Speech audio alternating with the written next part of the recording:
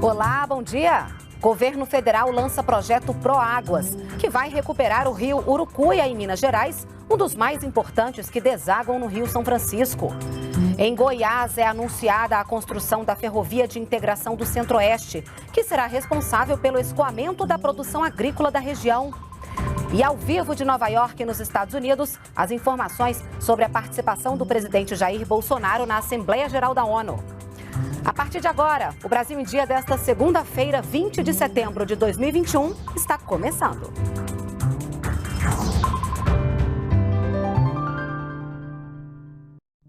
Oito horas da manhã, você nos acompanha também pelas redes sociais. O presidente Jair Bolsonaro chegou neste domingo aos Estados Unidos para a Assembleia Geral das Nações Unidas. Quem está em Nova York e conversa ao vivo com a gente é a repórter Gabriela Noronha. Gabi, bom dia! Bom dia, Renata. Um bom dia a todos. Olha, na manhã de domingo, em Brasília, o presidente Jair Bolsonaro transmitiu o cargo para o vice-presidente Hamilton Mourão e embarcou para os Estados Unidos. Ele chegou aqui em Nova York à tarde. Tradicionalmente, cabe ao presidente do Brasil fazer o discurso de abertura da Assembleia Geral da ONU, que está marcada para amanhã.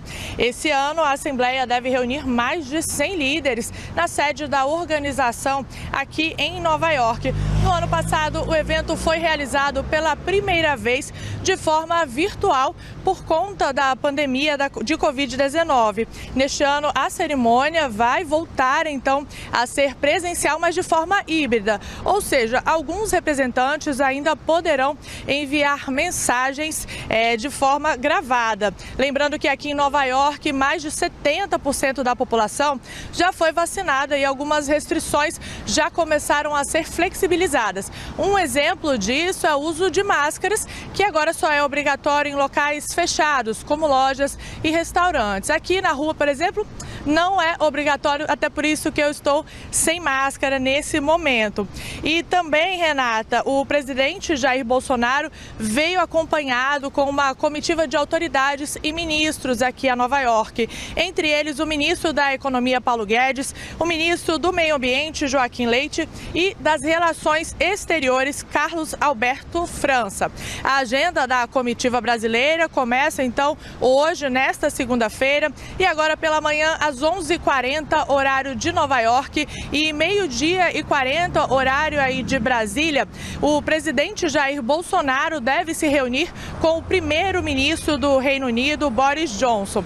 Mais tarde, ele participa de uma recepção oferecida pelo representante permanente do Brasil junto às Nações Unidas. Amanhã a agenda segue e antes de abrir a Assembleia Geral da ONU, o presidente vai participar aí de mais duas reuniões com líderes internacionais, uma com o presidente da Polônia, Andrzej Duda, e outra com o secretário-geral da ONU, Antônio Guterres. A previsão, Renata, é que o presidente Jair Bolsonaro retorne a Brasília ainda amanhã. Volto com você no estúdio. Obrigada pelas informações ao vivo, direto de Nova York, Gabriela Noronha. Bom trabalho para você. E olha, no sábado, o presidente Jair Bolsonaro participou do Fórum da Rota da Fruticultura do Distrito Federal e entorno. O governo federal já investiu R$1 milhão para fortalecer a cadeia produtiva da região. O fórum reuniu produtores rurais e autoridades para debater a produção de frutas na região do DF e entorno. A Rota da Fruticultura vai gerar oportunidades de emprego e renda para os trabalhadores da região. A fruticultura é a atividade econômica mais apropriada para o pequeno. 1 hectare de fruta corresponde a 3 empregos. 30 hectares de soja, 1 emprego. E 1 hectare de fruticultura eu consigo a renda, o valor bruto da produção correspondente a 50 hectares de soja. O agricultor que quer entrar para o projeto, ele já entra assinando para o contrato de compra já da mercadoria futura dele. Tipo, o avocado hoje, ele vai demorar 3 anos para colher. 1 hectare ele vai colher 10 toneladas. Aí já é uma renda que o pequeno agricultor vai ter. O ministro do Desenvolvimento Regional assinou a doação de 4 equipamentos para a Rota da Fruticultura e entregou as chaves de 2 caminhões para produtores da região. O investimento em cada veículo foi de R$ 229 mil. O que vocês precisam vão ter crédito, inovação tecnológica, infraestrutura, logística, equipamentos para produzir de forma adequada e escoar sua produção. O governo federal investiu quase R$ 1 milhão na Rota da Fruticultura do DF e entorno. A Rota da Fruta é um extraordinário empreendimento. Primeiro porque é socialmente inclusivo, gera milhares de empregos, valoriza as famílias que vivem no campo, fornecem alimentação de qualidade para as cidades, porque eles ficam nos entornos das cidades. Então a comida é boa e chega barata, se for possível criarmos esses cinturões de alimentação em volta da cidade. Ao mesmo tempo criam exportações para o país. A fruticultura é uma coisa que tem se desenvolvido no Brasil. Não com a força que nós esperávamos ainda, mas está acordando cada vez mais para isso. Aqui vocês estão um pouco mais distante do mercado consumidor europeu, mas tem um grande mercado consumidor, que é a região sudeste, a região mais rica do Brasil. Então, essa iniciativa, que conta com o apoio do governo federal, é muito bem-vinda. A nossa economia não pode e não vai parar. E o presidente Jair Bolsonaro ainda esteve na última sexta-feira no lançamento do projeto Proáguas, que vai recuperar o rio Urucuia, em Minas Gerais, um dos mais importantes que desaguam no Rio São Francisco. Rio Urucuia, um dos principais afluentes do Rio São Francisco, vai passar por uma revitalização. O manancial, no noroeste de Minas Gerais, receberá o plantio de mudas da vegetação nativa em mais de 2.000 hectares ao longo das margens da bacia. A ação é voltada principalmente para a preservação e uso consciente da água. Produzir água é garantir alimento. Muito importante essa ação, e começando aqui numa região do Cerrado de Minas. O projeto Proáguas Urucuia vai atuar na revitalização de bacias hidrográficas em 14 cidades de Minas Gerais e Goiás. Ele é parte do programa Águas Brasileiras, que atua na recuperação e conservação de mananciais em todo o país. É uma revitalização que interessa a todo o Brasil, que interessa ao norte de Minas, que interessa a Goiás, que interessa ao Distrito Federal, e que interessa principalmente ao nosso semiárido brasileiro, onde moram 26 milhões de brasileiros e brasileiras com os quais nós temos uma dívida histórica. Ao longo de 60 meses, quase 106 milhões de reais serão investidos para recompor as áreas degradadas do rio Urucuia. O lançamento do projeto teve a participação do presidente Jair Bolsonaro. Na visita a Arinos, ele plantou uma muda de baruzeiro e devolveu filhotes de espécies nativas de peixes ao rio Urucuia. Também durante o evento, o presidente fez a entrega de 371 máquinas e equipamentos para a conservação do Urucuia e desenvolvimento de municípios da região. E a iniciativa privada só investe, só aplica recursos em obras, porque ela passa a confiar no governo federal, estadual e no municipal. Também na sexta, em Mara Rosa, no estado de Goiás, o presidente anunciou a construção da Ferrovia de Integração do Centro-Oeste, que será responsável pelo escoamento da produção agrícola da região para portos estratégicos do país. Serão investidos cerca de 2 bilhões e 700 milhões de reais na obra. Os recursos virão da modalidade investimento cruzado, o dinheiro que seria arrecadado pelo governo federal com a outorga de 2 outras ferrovias operadas pela empresa Vale, será reaplicado na construção da Ferrovia de Integração do Centro-Oeste. Ao final da obra, a Vale entregará a nova ferrovia para ser licitada pela União.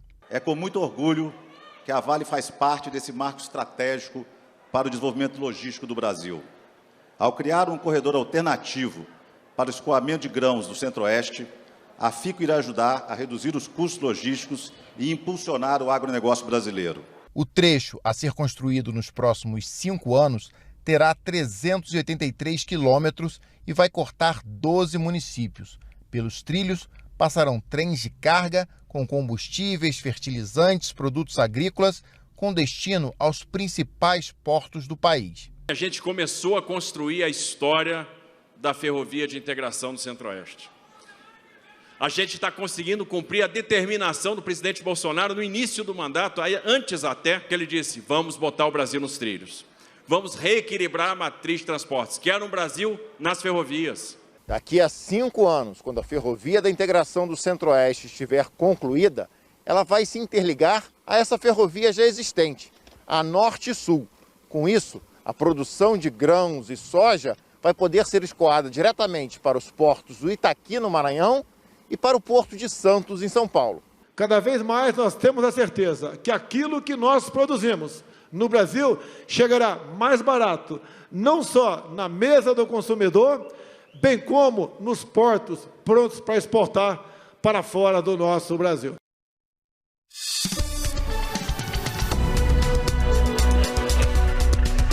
Momento Saúde.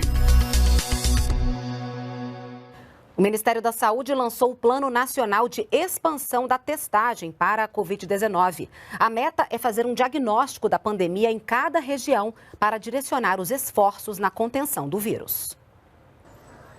Natal é uma das 5 cidades brasileiras escolhidas para participar da testagem para a Covid-19. E foi daqui que o ministro da Saúde comandou ao vivo o lançamento do Plano Nacional, que também ocorreu ao mesmo tempo em Foz do Iguaçu, Macapá, Campo Grande e Belo Horizonte.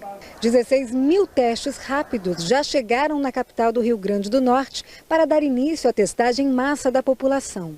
O novo teste será usado no Plano Nacional de Expansão de Testagem. A previsão do Ministério da Saúde é distribuir para todos os 5.570 municípios brasileiros 60 milhões de testes de antígenos produzidos pela Fiocruz até o fim do ano. O ministro Marcelo Queiroga disse que os testes serão realizados de graça pelo SUS e explicou o objetivo do novo projeto. O resultado sai em 15 minutos. Se o indivíduo é sintomático e é positivo o teste, nós já temos a confirmação que ele tem a Covid. Então, se ele é sintomático e o teste é negativo, nós encaminhamos para a realização do RT-PCR. E se o teste está negativo, aí a gente fica tranquilo. Durante o evento, servidores do município realizaram 105 testes rápidos com pessoas que passavam pelo local.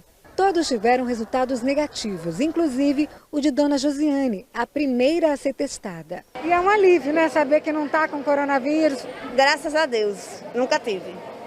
Vai continuar se cuidando? Com certeza. A gente não pode parar, que o vírus não acabou. Vamos ver os números exatos da vacinação contra a Covid-19 pelo Brasil, aqui no telão? Vamos lá? Até agora foram distribuídas 267.623.000 doses de vacina. As doses aplicadas somam mais de 222.478.000. 141.881.000 pessoas tomaram a primeira dose e o número de brasileiros que tomaram a segunda dose da vacina ou dose única é de 80.596.000. Instituições de saúde vão poder aderir a partir de hoje à edição 2021 do Exame Nacional de Residência, o ENARE. A prova seleciona candidatos a residências médicas de todo o país. Numa primeira etapa, faz-se uma prova, múltipla escolha. Somada essa prova, há uma análise curricular, que é 10% do total da nota. Com essa nota, então, ele tem a sua nota do ENARE. Com essa nota do ENARE, ele segue para o próximo passo, que é, ao longo de 4 dias, utilizar um sistema em que, com a sua nota, ele vai escolhendo as instituições que ele tem interesse, e também por um sistema de classificação automático, diariamente o sistema vai colocando aquelas notas melhores, mais classificadas, e assim, ao fim do processo, ao longo de 4 dias, a gente tem o preenchimento de vagas. Nosso trabalho continua e a sociedade também vai continuar sendo impactada positivamente pelos nossos serviços. O Brasil em Dia termina aqui. Uma excelente semana para você e até amanhã.